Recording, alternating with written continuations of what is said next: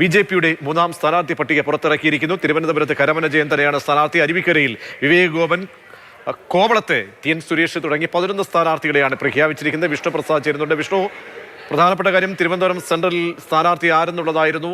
അവിടെ ഒരു സസ്പെൻസ് ഉണ്ടായിരുന്നു. സസ്പെൻസിന് പക്ഷേ മറ്റ് മാറ്റങ്ങളൊന്നും വരുന്നില്ല. അവിടെ നേരത്തെ പറഞ്ഞു പേട്ട പേര് കരമന ജയൻ ജില്ലാ അധ്യക്ഷൻ തന്നെ സ്ഥാനാർത്ഥിയാകുന്നു. മറ്റ് ഇടങ്ങളിൽ ആരൊക്കെയാണ് സ്ഥാനാർത്ഥികൾ വിഷ്ണു?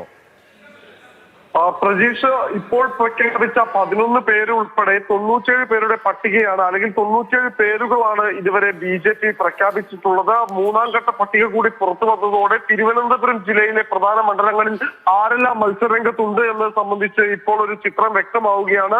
ഇതിൽ പ്രധാനപ്പെട്ട ഒന്ന് ഇപ്പോൾ പ്രജീഷ് സൂചിപ്പിച്ചതുപോലെ കരമന ജയൻ തിരുവനന്തപുരത്ത് മറ്റ് സസ്പെൻസുകളൊന്നും ഇല്ലാതെ അദ്ദേഹം എത്തിയിരിക്കുന്നു. അരുവിക്കരയിലേക്ക് സിനിമാ സീരിയൽ താരം വിവേക് ഗോപന്റെ എൻട്രിയാണ്. കഴിഞ്ഞ നിയമസഭാ തെരഞ്ഞെടുപ്പിൽ ചവറയിൽ നിന്ന് ജനവിധി തേടിയ താരം ഇക്കുറി മത്സരത്തിനില്ല എന്നെല്ലാം പറഞ്ഞിരുന്നു. പക്ഷെ അദ്ദേഹം ഇത്തവണ അരുവിക്കരയിൽ നിന്ന് മത്സരിക്കുന്നു. കോവളത്ത് ടി.എൻ. സുരേഷും നെയ്യാറ്റിൻകരയിൽ എസ്. രാജശേഖരൻ നായരും ഇപ്പോൾ മത്സരിക്കാറുണ്ട്. മാവേലിക്കരയിൽ അജിമോൻ എത്തുന്നു. അടൂരിലേക്ക് പന്തളം പ്രതാപൻ എത്തിയിരിക്കുന്നു. അതോടൊപ്പം തന്നെ പുതുപ്പള്ളിയിൽ രവീന്ദ്രനാഥ് വാകത്താനവും പീരുമേട് വി. രതീഷുമാണ് മത്സര രംഗത്തുള്ളത്.